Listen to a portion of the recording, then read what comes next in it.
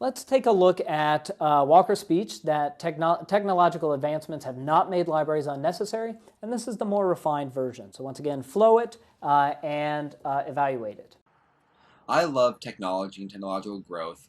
I love being on the internet and I love using my smartphone. But I also love my public library and the resources it provides. So when I drew the topic that technological advancements have made libraries unnecessary, I actually pretty strongly disagree with that statement. And two main reasons come to mind why. The first of which being that libraries continue to provide an important civic space for the general population, and secondly, is that libraries continue to reach those who don't necessarily have access to this sort of technological progress. But returning to the first notion that libraries act as important civic space, what I mean by that is that they are a location where people can come together, interact, and collaborate as citizens, and just as citizens, not necessarily as members of a particular religious affiliation or of a political group, but just as citizens. So this can take the form of just a simple meeting place, or it can be a place where people can gain information or gain access to very important civic materials such as governmental forms. But as a meeting place, libraries are safe, they're reliable, they're well lit. People know where they are as they're generally centrally located. So in these ways, they provide an excellent meeting place for the general population. Um, and because they are a publicly owned resource, they are free to everyone. Anyone can come and sign up for these meeting places, whether it's your local government group or your community service group or even something like your knitting group or your book club or whatever. You can come together, meet, and interact as citizens in this public and free meeting place, which libraries provide. And that is something that simply internet and technological progress cannot replicate. Sometimes you simply need to meet up in person and interact like that. Um, but more so than that, is that libraries can provide a place where you can gain access to vital civic materials, such as tax forms or other things like that. Like with taxes in the United States, it can also be very confusing to find and fill out the correct tax form. So if you didn't get your 1040 tax packet sent to your house, if you go to the library, guess what? It's right there waiting for you. Or if you are looking for information on how to register your car, you can go to the library and easily find that information. And at a library, there's someone there to help you find that information. It's not just you getting it. There's a librarian or whoever there to help you.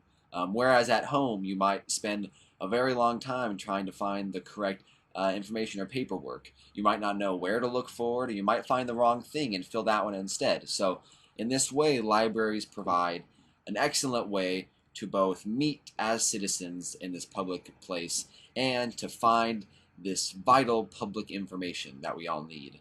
Um, but getting beyond this important civic space resource the libraries provide, libraries are a way to reach those without this sort of technological progress. Um, and I bring that up because when you say that technological advancements have made libraries unnecessary, you're assuming an equal level of access to both libraries and technology that we know is simply not the case. A couple of canonical groups that might not necessarily have this sort of access are maybe the elderly or the poor or homeless. These groups are undoubtedly helped by the resource that libraries provide. In the elderly, for example, libraries help them retain access to just a whole horde of resources and information that they wouldn't have unless they privately bought into this sort of technology. I know personally a couple of elderly relatives who, just because of their physical location, their geographical area, they are not able to get high speed internet. So, in this way, libraries provide an excellent way for them to just, research on Google or Wikipedia or watch YouTube with these things that we take for granted. That just because you're elderly doesn't mean you don't you stop enjoying. You don't stop being entertained or stop doing research or learning. So libraries provide an excellent way for them to retain this sort of access to the things that they enjoy doing or could enjoy doing.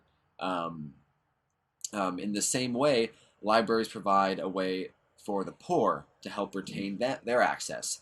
Something as simple as them looking up on Google Maps where local food banks are, or even looking up online job postings. These are things that would be more or less impossible for them to do if they didn't have libraries to provide this free, no cost of entry resource for all citizens.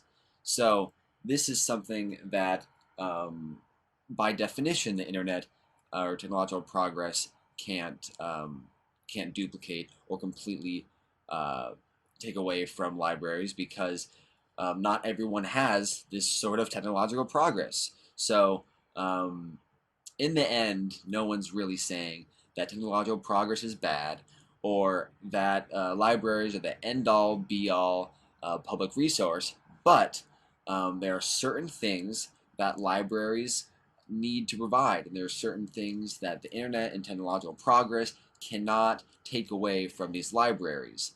Um, so, because of this, libraries continue to be a vital resource today, and they will continue to be a vital resource in the future because they provide this important civic space and they provide a way to reach those without this sort of technological access. So that was significantly better than his rougher version.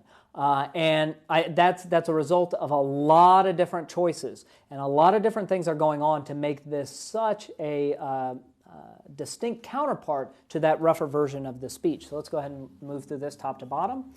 The thesis is very clear, and there's a very clear preview. It's given me the appropriate amount of time. I can sort of get down what those main points are. Then we get into each one, and if you look at this, the outline for the rougher version of this and the refined version of this are basically the same. But it's how he's performing that makes this speech so much easier to follow along with. So under that first one, libraries serve important civic spaces, meetings, and civic materials. Each one of those, he's bringing in a lot of concrete detail. And so it just gives us a greater sense of what that evidence is and how it relates to the main point. Now, that said, I think that his 1A, and I'll come back to this here in a bit, but also his 2B, they just ran long. The 1A ran certainly too long. He had made his point. I get it. I understand why libraries continue to be good civic meeting spaces. And once he made that point, he probably spent another 7 or 8 sentences continuing to talk about it. So I think he could have jumped out of that point a little bit sooner. Certainly it didn't hurt the clarity of the speech, right? That more detail added to my understanding of his 1A, but it did harm just a bit the pacing of that speech. He made his point. He could have moved on to that 1B a little bit sooner. The 1B was fine. Overall, and this is true in his point 1 and his point 2, that I can feel the chunks of this presentation. So you may recall in the rougher version of this, there was no sense of chunking, no sense of 1A versus 2A, or 1A versus 1B. But that is all over this version. I get a real clear sense of where the point begins, where the point ends, and it feels like there's a beginning, middle, and end to his 1A. There's a beginning, middle, and end to his 1B. And he's just got these performative chunks, these performative nuggets, and they're very clear to distinguish. He's got a very nice natural transition from the point 1 to point 2. And, but as we get into that point 2, I do think he needed to end sooner. That 2B just ran long. He made the point. He crossed that threshold, and that's certainly a matter of feel. But he crossed that threshold, and I think he just needed to jump out of that point 2 sooner. So I think overall, it's a very good speech, but it could probably be tightened up a little bit. We could, after making the claim, after hitting that level of evidence where you're like, that's it, the audience understands, get the hell out of Dodge. You're done with that point. Move on to the next bit. In terms of the delivery, when you listen to this, there is an entirely different vocal tone in his good speech as there was in the rougher speech. It sounds different. There's much more vibrancy in his voice. Certainly he's going a little bit faster. And it matches on top of where the beginnings and ends are to those discrete chunks of his performance. He still has a lot of ums, ers, and ahs. That's just there. but it is in no way nearly as distracting, problematic, or harming clarity as much as it was in the rougher version. So some of those ums, ers, and ahs are still there, but they are less frequent, and they're falling more in places where they're not breaking apart the phrases that he needs to get out. So if we move through the evaluation rubric, the main points, I thought those were excellent. Those are very, very good. I shouldn't say very good since that's an item on here. They are excellent. The support, I would say, is excellent. In this sense, I would say, yeah, you know what, he could probably discuss it a little bit less, but I wouldn't necessarily move this down into the good category. I would keep it in the excellent category. If he had gone like 30 minutes, or no, that's an exaggeration. If he had gone a full minute on each one of these, or a full 2 minutes on each one of these, then maybe I'd push that down to the good. He went a little bit long, so I'm going to go ahead and keep that invention support item still in excellent. Arrangement, excellent. It was clear, well arranged, and it didn't feel forced. So there was a natural arrangement to it, and he performed that well. And then finally, delivery. Yeah, I would still have this maybe a little bit between good and excellent, so I'd slide it into excellent. The ums, ers, and ahs were still there, but they weren't nearly as distracting. As I've been doing these videos, these evaluation videos, I've been asking you to fill out the evaluation forms yourselves, or at least be thinking about it. My hope is that we have some sort of shared agreement about these various speeches. We're not going to have 10,000 people achieve inter-rater reliability on this, but I want to make sure that we can increase the likelihood that we're all pretty much on the same page when we're using this page that is the same for all of us, but that we understand these terms. So in these videos, and you can go back and rewatch them, I would want you as a speaker, as an evaluator, to more or less norm against me. So if I'm pegging something in the good category, I would hope that you understand the rationale behind that and would probably do somewhat similar actions. So I think we can, in the discussion forums, have an interesting analysis of the form itself and what's on here and what's not. But this is the form that we've gone with, and this is how the assignment is designed around the form.